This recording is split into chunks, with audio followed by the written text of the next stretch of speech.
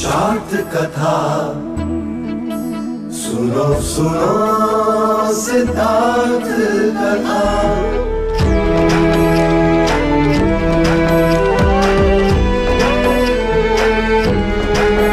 संसार में दुख का कारण क्या,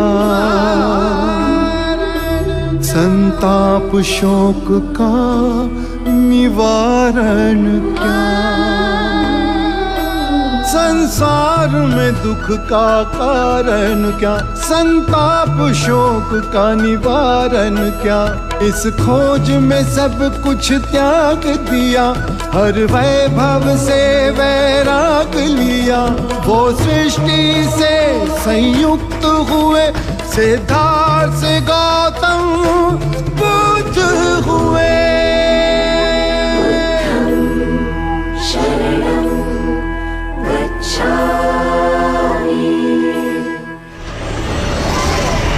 En capítulos anteriores.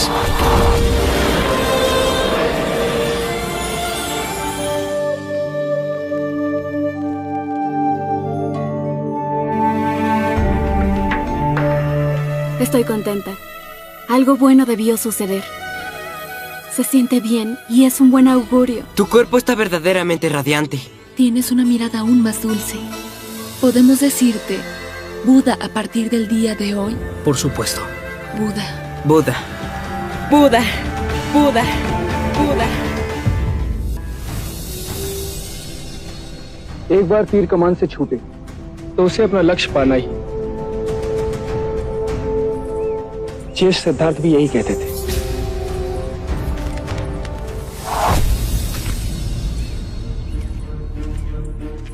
तुम्हारी एकाग्रता क्यों टूट गई? पता नहीं ज्येष्ठ, आखिरी क्षण न जाने मेरी आंख क्यों बंद हो जाती। इसका अर्थ है कि तुम अपनी आंखों को नियंत्रित करो। जानते हो, एक बार ज्येष्ठ सिद्धार्थ ज्येष्ठ देवदत्त ने चुनौती दी। उन्होंने अपना मोतियों का हार हवा में उछाला और कहा तीर से बिंदु। पता है ज्येष्ठ सिद्धार्थ ने क्या किया? उन्होंने उस हार को नहीं बल्कि उसके एक मोती को बींधा। लो फिर से शुरू कर।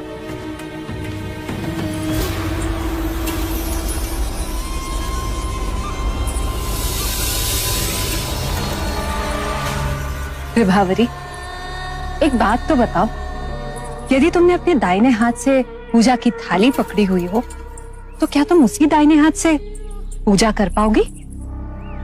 मैं समझी नहीं दीदी, इतनी ना समझी। अब मेरा कहने का ये मतलब है कि तुम्हारे दोनों हाथ दाहिने हाथी तो है, एक नंद तो दूसरा महाराणा।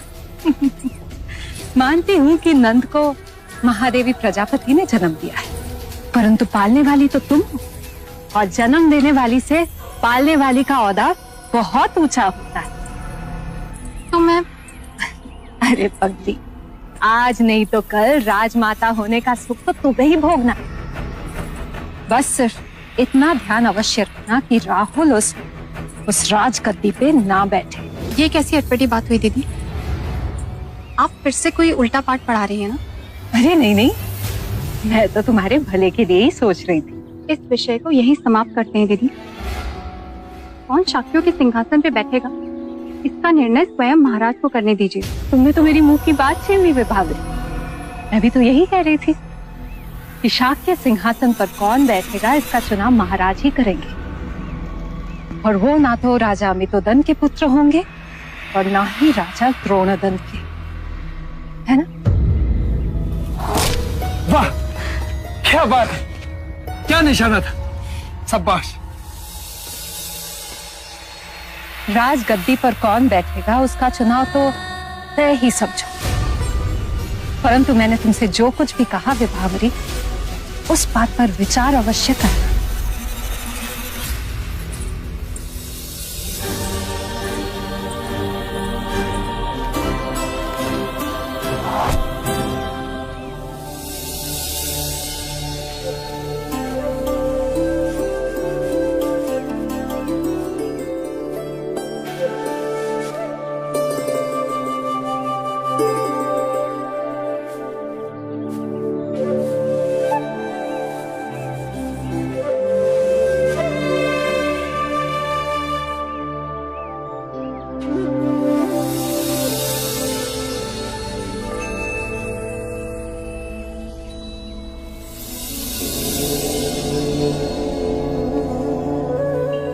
आपका शुभ नाम?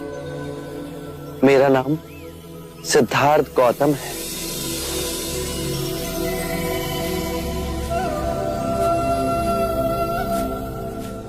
आपके मुख पर इतना तेज कैसे?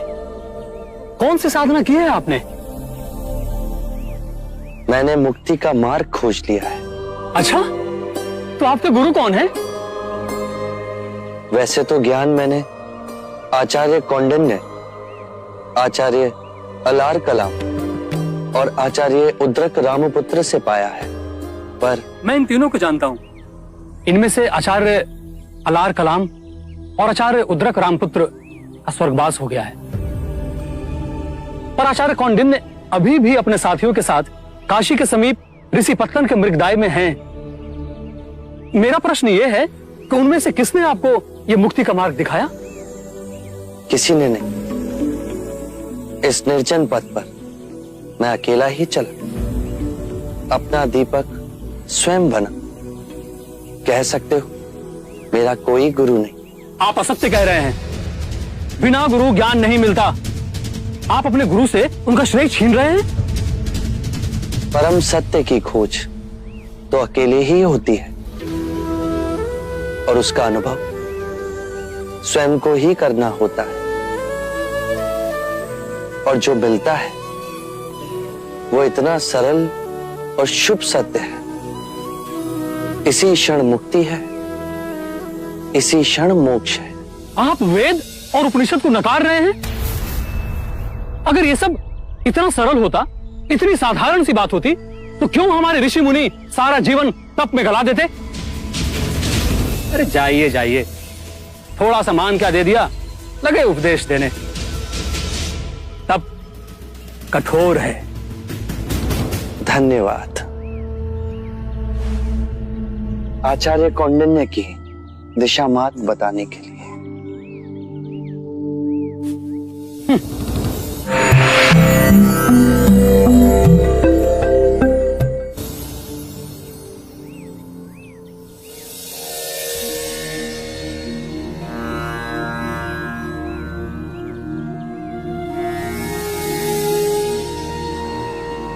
गुरुदेव, ध्यान खंडित क्यों होता है? बताएगा। ध्यान को एकत्रित करो। अग्नि बिखरे तिनकों से नहीं, एकत्रित लकड़ियों से सुलगती है।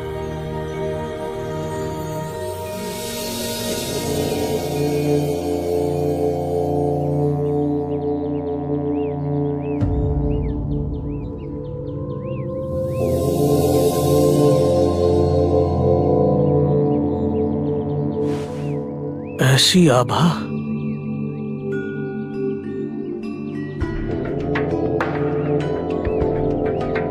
ना तेज, ये गरिमा, ये निर्भीकता, जैसे वन में हिरन चल रहा है। आइए मुनिवर, वृक्ष के नीचे विश्राम कीजिए। बड़े साधक, बड़े योगी जान पड़ते हैं।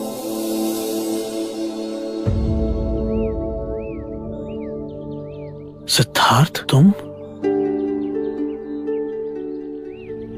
वही पथभ्रष्ट सिद्धार्थ।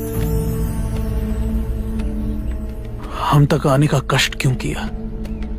मैंने मुक्ति का मार्ग खोज लिया है। अब परम आनंद के द्वार खुल गए। अब ये निधि सबकी है।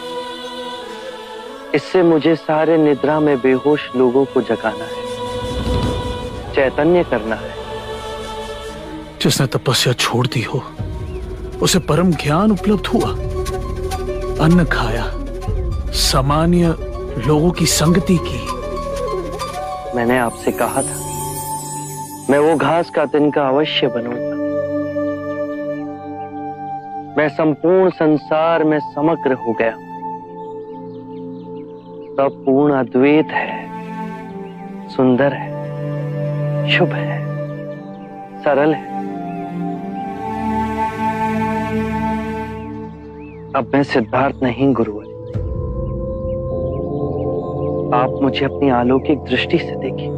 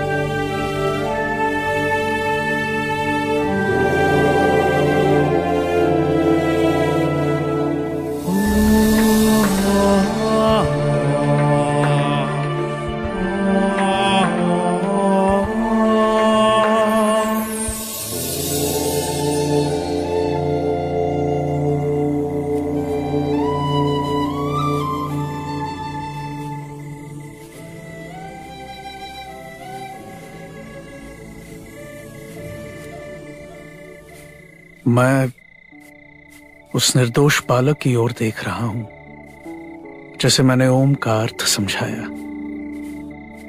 और आज उसने दिव्य ज्ञान प्राप्त कर लिया। इतनी बड़ी छलांग, और मैं अपने तपस्या के अभिमान में अंधा इस छलांग को समझ न सका। इस अंतिम बिंदु पर बड़े बड़े ज्ञानी आकर रुके, बहुत से भटके। यहां से छलांग लगानी है तो अपने अहंकार को मिटा दो। कठिन है? सरल है, बहुत सरल है। जैसे हम गहरी नींद में जी रहे हैं और अचानक आंख खुले तो हम पाए कि हम नींद से जाग उठे। अब इस ज्ञान से दुख और अंधकार में डूबी दुनिया को जगाना है। परंतु इतनी सरल बात, बिना किसी ढोंग, बिना अहंकार, बिना यज्ञ, बिना तप, बिना बलि, बिना साहूकारी के, क्या लोग समझ सकेंगे?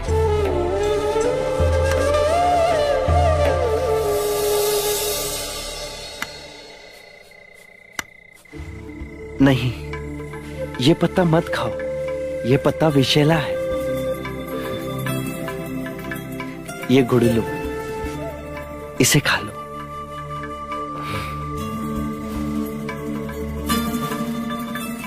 करुणावश उस शिखर से उतरकर आप हम लोगों के पास आए, इस मार्ग और उसका अनुभव सारी मानवता तक पहुंचाने। कर्म के चक्र से मुक्ति का मार्ग मुझे इंगित किया जाएगा इस पहिए से।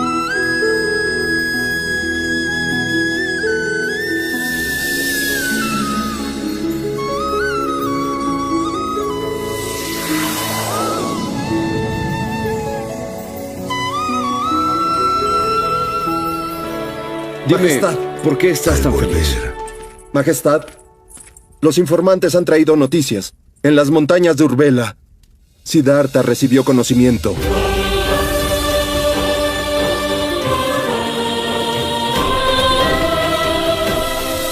Cuatro Aryak son la verdad. Hasta que no haya creación, la tristeza será la sombra de cada ser vivo.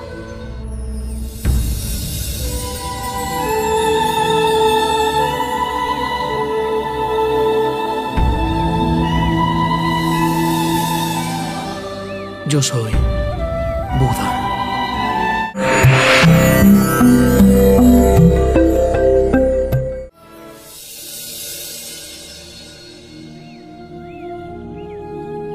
जो ज्ञान मैंने अपने अनुभव से प्राप्त किया, उसी की ही बात कहता हूं। इस यात्रा में सर्वप्रथम आप ही मेरे शिष्य बनेंगे। आपकी करुणा से हम धन्य हों।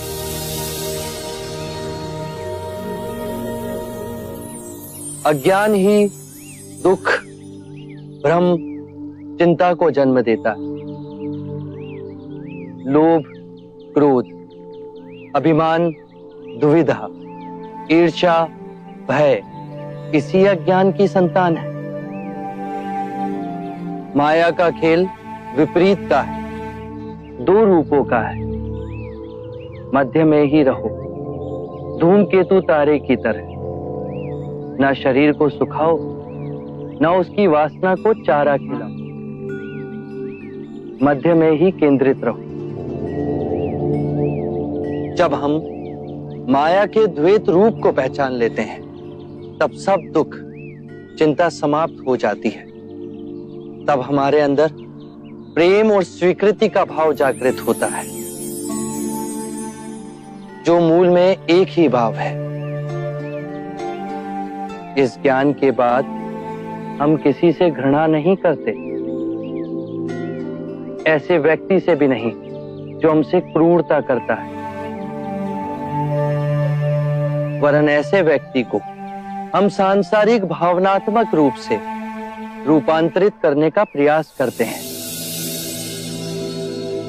जब ज्ञान के चक्षु खुलते हैं, तो करुणा ही हमारा स्वरूप है। ध्यान में विचार भ्रांति पैदा करते हैं, बुद्धि ने सत्य को विषय और वस्तु में विभाजित कर दिया है, मैं और तुम में बांट दिया है, और इस विभाजन ने जीवन को समझने में भूल की। मनुष्य भावनाओं में बंधा खंडित होता गया और लालच, मोह, तृष्णा की पकड़ उस पर बढ़ती गई। जन्म से वृद्धावस्था के चक्र, बीमारी और मृत्यु का भय उसके मन के चारों ओर बनी दीवार को और प्रबल करते गए। इसीलिए इस भ्रम को ही दूर करो। एक बार ये भ्रम टूट जाए तो जीवन कारावास में नहीं, स्वतंत्रता में जिया जा सकता है। शील, समाधि, प्रज्ञा से 4 आर्य सत्य हैं।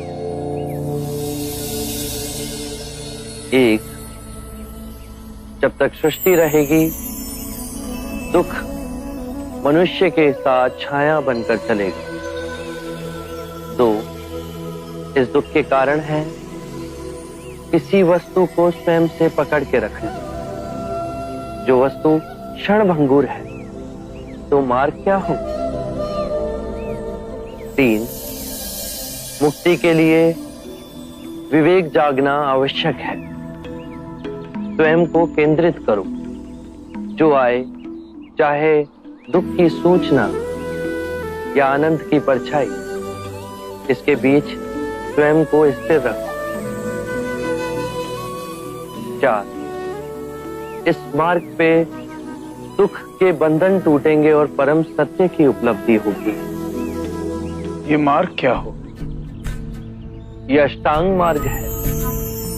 इसके माध्यम से सम्यक ज्ञान, सम्यक विचार, सम्यक वाणी, सम्यक कर्म, सम्यक जीवन व्यापन, सम्यक प्रयास, सम्यक चेतना और एकाग्रता संभव होती है।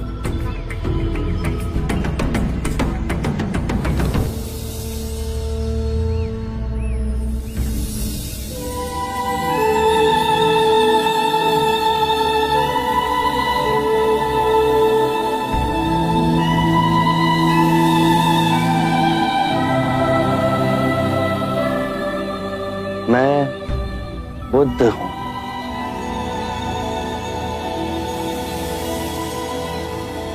बुद्धं शरणं गच्छामि।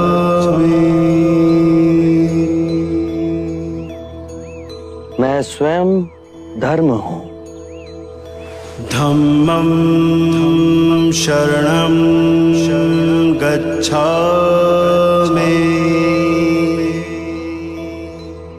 जो मार्ग मैंने खोजा वो समस्त मानव जाति के निर्वाण का मार्ग बनेगा।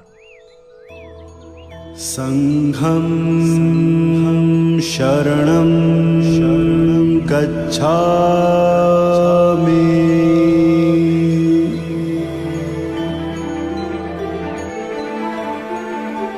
बुद्धं शरणं गच्छामि, धम्मं शरणं गच्छामि, संघं शरणं गच्छामि, बुद्धं शरणं गच्छामि।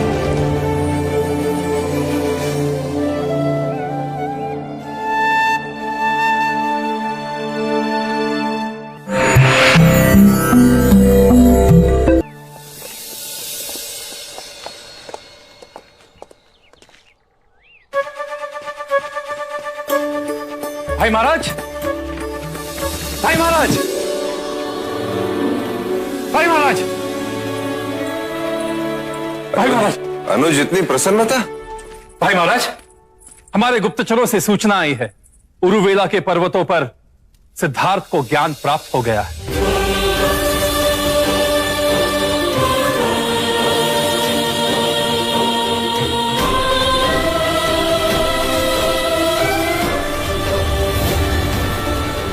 परम सत्य को पा लिया है इस वीरों के वीर ने।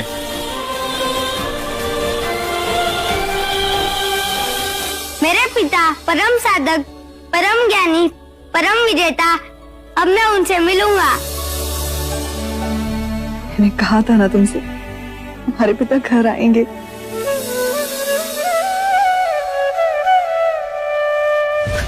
अमितोदन, क्या ये सत्य है? सत्य है। पूरी प्रकृति बदल गई। आप तक संकेत नहीं पहुंचा।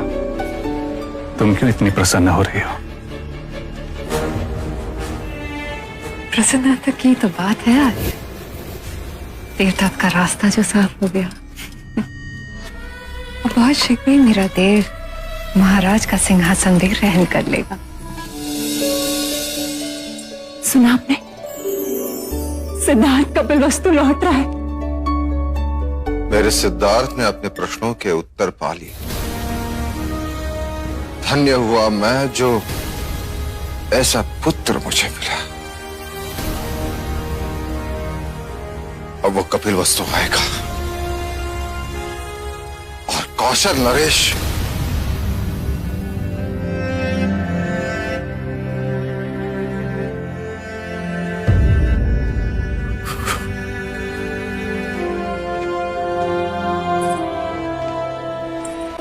केस पे देख क्या रहे हो? मिठाई बंटवाओ, पूरी प्रजा में ये शुभ समाचार पहुंचा दो कि युवराज सिद्धार्थ लौट आ रहे हैं। अवश्य।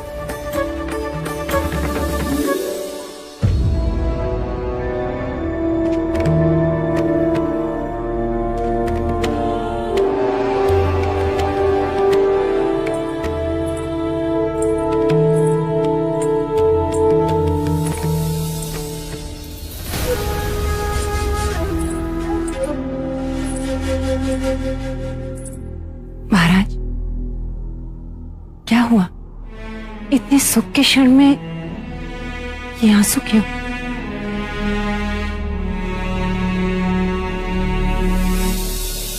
प्रजा मेरे आनंद में स्वार्थ का मैल मिल गया है।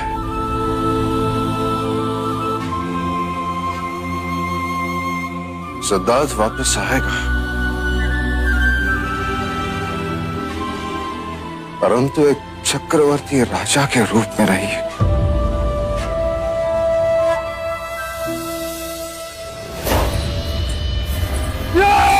देवदत्त, मती मारी गई है तुम्हारी? ऐसा तूफान क्यों मचा के रखा है? पुत्र, अभी तो खुशियां मनाने का समय है। फिर किस बात की खुशी? सिद्धार्थ के वापस लौट के आने की खुशी। परंतु अब सिद्धार्थ के आने से तुम्हें किस बात का भय है? वो तो सन्यासी बन के आएगा। शाक्यों के सिंहासन पर तुम ही बैठोगे। आप लोग तो बस एक ही बात की रट लगा के बैठे। महाराज बनोगे, सिंहासन पर बैठोगे। मुझे सिद्धार्थ के महाराज बनने की चिंता नहीं है। अरे मूर्ख, तो किस बात की चिंता है? मैं समझ गई। तू नंद को लेकर चिंतित है ना? परंतु देव, जब हमने सिद्धार्थ जैसे कांटे को सिंहासन के रास्ते से हटा दिया, फिर नंद का क्या है? आप समझने का प्रयत्न क्यों नहीं करते? सिद्धार्थ अब और महान बन के लौट रहा है। कहीं कपिलवस्तु में ही आश्रम लगा के बैठ गया तो बहुत अच्छी बात होगी। यदि सिद्धार्थ ने यहीं पे आश्रम बना दिया तो महाराज के सीने पे सांप लौटेंगे और वो पहले से अधिक दुखी होंगे। नहीं, आप फिर भी नहीं समझ रहे हैं। यदि मैं महाराज बन भी गया तो सिद्धार्थ के सामने 2 कौड़ी का मूल्य होगा मेरा।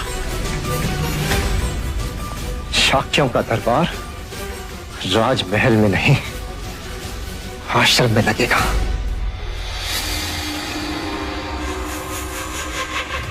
ये तो मैंने सोचा ही नहीं। अर्थात हम विजयी होकर भी पराजित हो जाएंगे। सारा जीवन में सिद्धार्थ के हाथ पराजित होता रहा, लेकिन मैंने भी अब प्रण कर लिया है।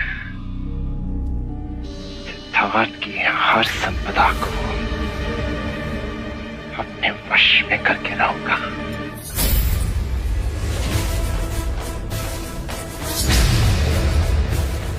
वो जो उसको अपने प्राणों से भी अधिक प्रिय है,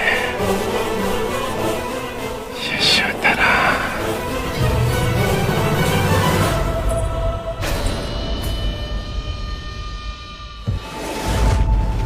al volver. El mundo es feo y la vida es lo peor de todo.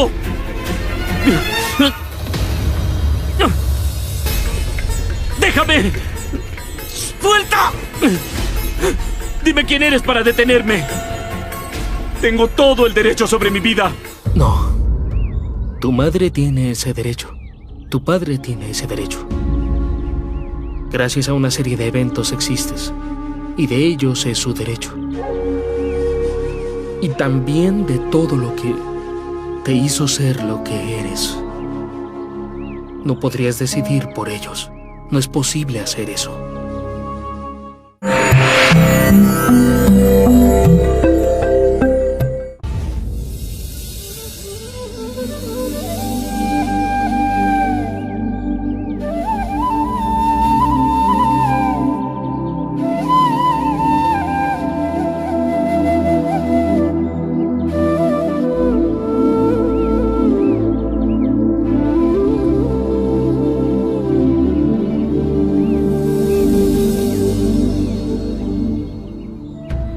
जैसे मकड़ी एक एक तार अपने अंदर से निकाल सुंदर जाल बुनती है, उसी प्रकार प्रकृति ने अपनी चेतना के इस धागों से इस सुंदर सृष्टि का सर्जन किया। और इसी सुंदर सृष्टि में बुद्ध के सधर्म के मार्ग की वाणी दसों दिशाओं में गूंजेगी और सोई हुई मानवता जाग उठेगी। जो भी सद्धर्म के मार्ग से जुड़ना चाहे उसके लिए हमारे संघ के द्वार खुले हैं, फिर वो चाहे किसी भी वर्ण का ही क्यों ना हो, कोई भेदभाव नहीं होगा। ये अद्भुत क्रांति है शाक्य मुनि। सदियों से मनुष्य ने मनुष्य को धन, जाति, लिंग के आधार पर उत्पीड़ित किया। अब सब समान होंगे। सबको अधिकार है ये परम सत्य पाने का, जैसे हम सब ने प्राप्त किया। सब नश्वर है, सब झूठ है और सबसे कुरूप है यह जीवन।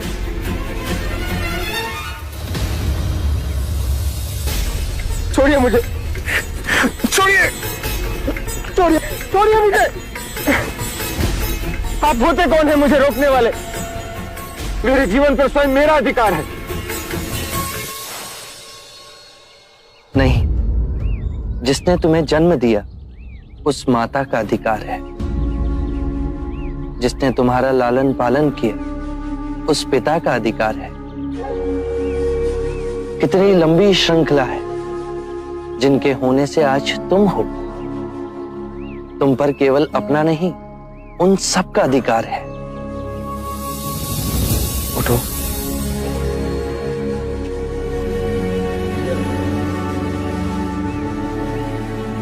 क्षणिक आवेग था मन का, अब वो शांत हुआ? क्षणिक नहीं, जीवन में सब कुछ पाया।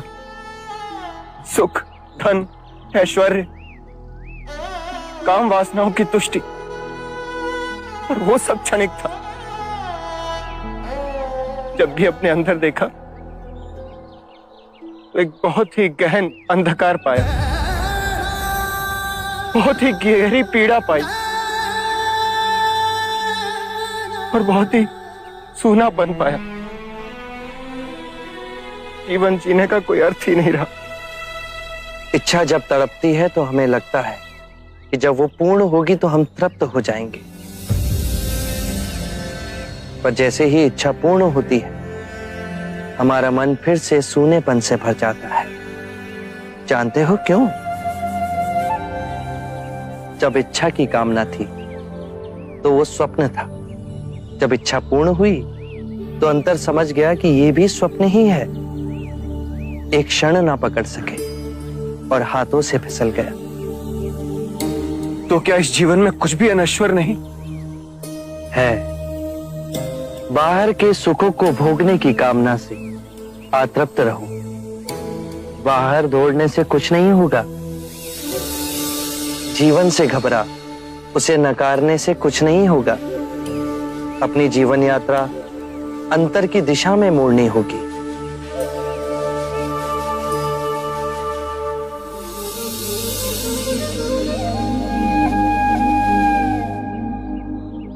कौन है आप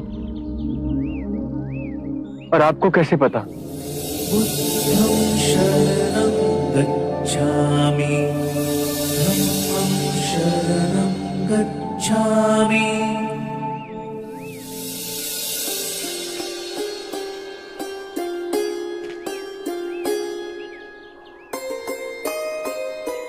मैंने आपसे सुंदर व्यक्ति आज तक नहीं देखा। इतनी देर में तुम्हारे पास ही खड़ा था, पर तुम मुझे देख न सके। तुम्हारी आंखें अंधी होकर हर ओर केवल अंधकार ही देखना चाहती थी। मनुष्य अपने मन में जैसी चाहे वैसी दुनिया को देख सकता है। सत्य है, आप महात्मा हैं। मैं दुखी हूं अपने अंतर मन से। मेरा नाम यश है। एक धनी वैश्य परिवार में मेरा जन्म हुआ। जीवन में किसी भी बात की कमी नहीं थी। मैंने हर सुख भोगा, वासनाओं की पूर्ति करता रहा, पर अंतर ही अंदर मेरा मन घुटता रहा। मैं और नीरस होता गया। कितने मनुष्य हैं जो कि शारीरिक रोगों से पीड़ित हैं, धन के अभाव से पीड़ित हैं, अन्याय से पीड़ित हैं, पर उतने ही मनुष्य मानसिक रोगों से भी पीड़ित हैं। चारों ओर देखो यश,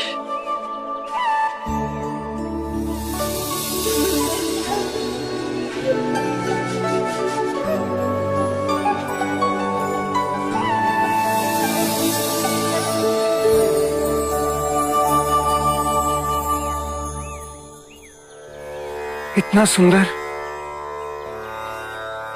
जब तुम कूदने जा रहे थे तो क्यों तुम इस सौंदर्य को नहीं देख सके? क्योंकि मैं देखने के लिए तैयार ही नहीं था।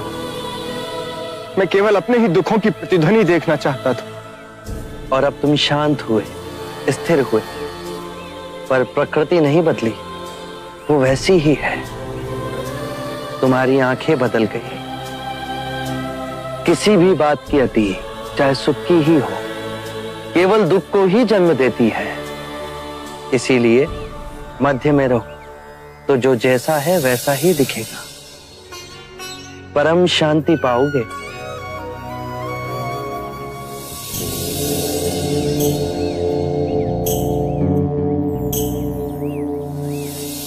क्या आप मुझे अपना अनुयायी बनाएंगे? हमारा जीवन सादगी से जुड़ा है। धरती हमारा बिछौना है और जो भिक्षा में मिले वही हमारा भोजन। जहां वैभव नहीं, विवेक हो, मैं उस तब के लिए तैयार हूं।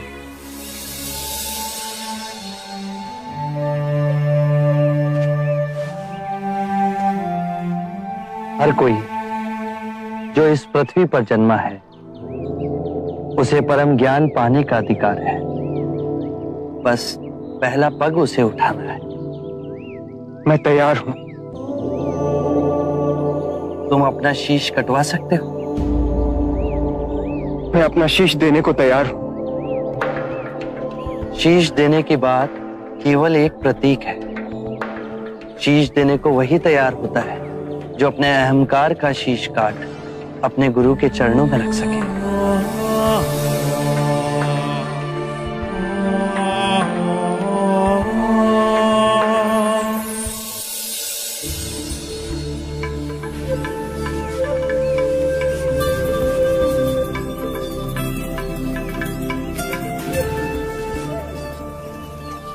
माँ, माँ, माँ, माँ।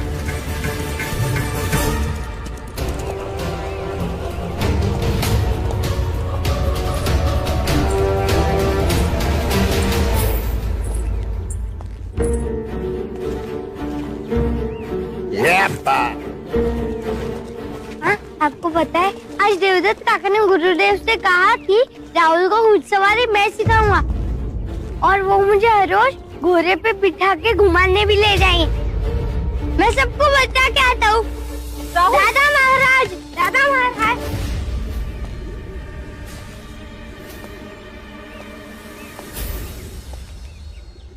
लो, मुंह मीठा करो।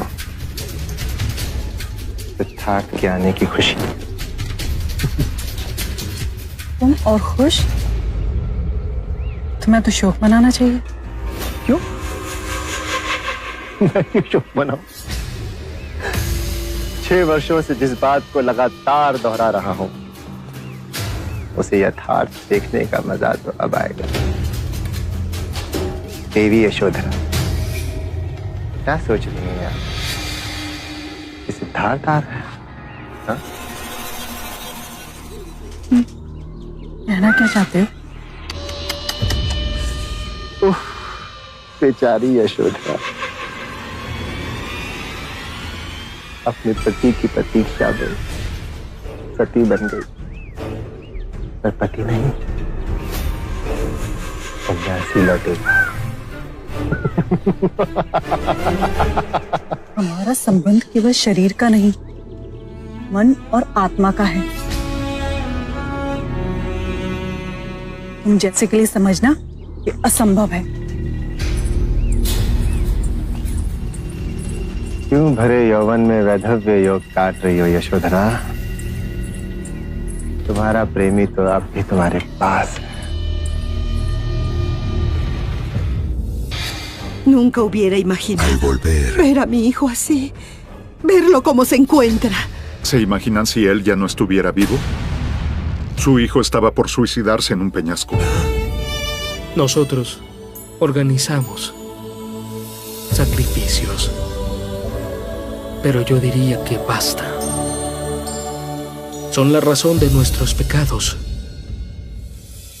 Y solo ustedes pueden ser las puertas de la salvación.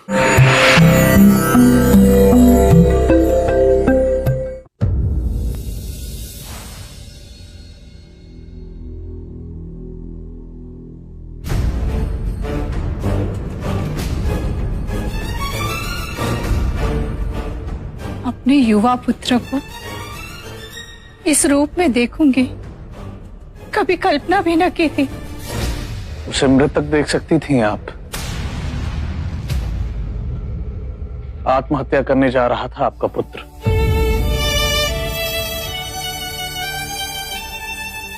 इसके प्राण बचाने के लिए आपका बहुत बहुत आभार।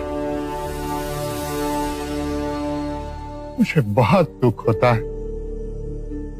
अपने यश के लिए क्या क्या सपने संजोए थे हम। सपनों के पीछे दौड़ दौड़ कर थक गया था पिताश्री।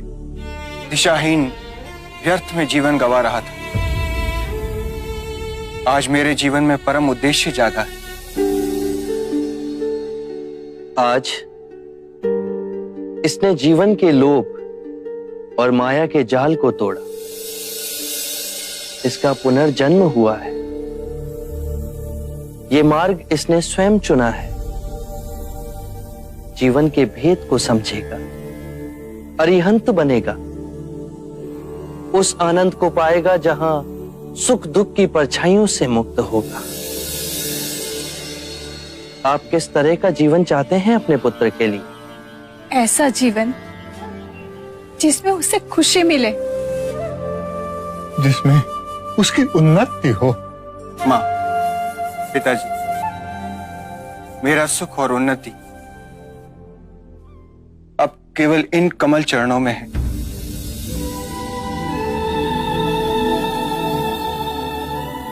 मुझे आज्ञा दीजिए।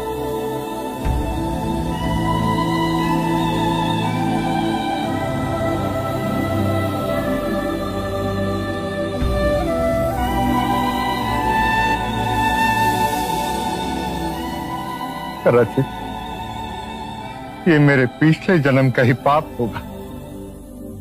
आपका पुण्य क्यों नहीं? इतनी सदियों से हम अपने पाप दूसरों पर दोषारोपित करते गए। इसमें ग्रंथ और पंडित सहायक बने। हमने यज्ञ करवाए, बलियां दिलवाई। मैं कहता हूं बस, तुम स्वयं ही पाप का कारण हो और तुम स्वयं ही मुक्ति का द्वार बन सकते हो। महानुभव, आपका अनुयायी बनने के लिए क्या करना होगा? सदैव अपना आचरण स्वच्छ रखें। ये पंचशील मार्ग है। पहला, कभी किसी जीव की हत्या ना करें। तुम्हारी तरह वो भी मृत्यु से डरता है। जीव हत्या त्याग तुम्हारे अंदर करुणा और सामंजस्य का भाव जगेगा। दूसरा, कभी चोरी ना करें। इससे विपरीत किसी निर्बल का बल बने। तीसरा, व्यभिचार ना करें। केवल अपनी पत्नी से ही संबंध रखें। चौथा, कभी असत्य ना बोलें। ऐसे वचन ना बोलें जो सत्य को तोड़ते मरोड़ते हों।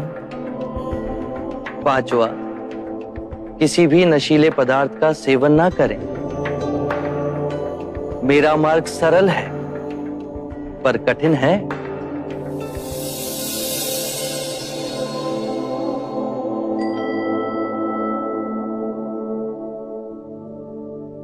आपकी हर बात हमारे जैसे सामान्य लोग भी समझ पा रहे हैं। क्या मैं और मेरे पति आपके भिक्षु बन सकते हैं? मैं ये नहीं कहता। मेरा अनुयायी बनने के लिए आप संसार छोड़ो। ये यश के चेतना की पुकार थी।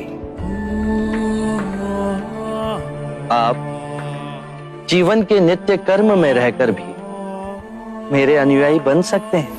आरंभ हो गई निर्वाण प्रथा, सुनो सुनो ये बुद्ध कथा। 4 आर्यक सत्य हैं। 1, जब तक सृष्टि रहेगी दुख मनुष्य के साथ छाया की तरह चलेगा। 2, इस दुख का कारण है वस्तु से स्वयं को पकड़ के रखना। जो वस्तु क्षणभंगुर है तो मार्ग क्या हो। 3, मुक्ति के लिए विवेक जगाना आवश्यक है। स्वयं को केंद्रित रखो। जो आए, चाहे दुख की सूचना या आनंद की परछाई, उसके बीच स्वयं को स्थिर रखो। 4, इस मार्ग पर दुख के बंधन टूटेंगे और परम सत्य की उपलब्धि होगी।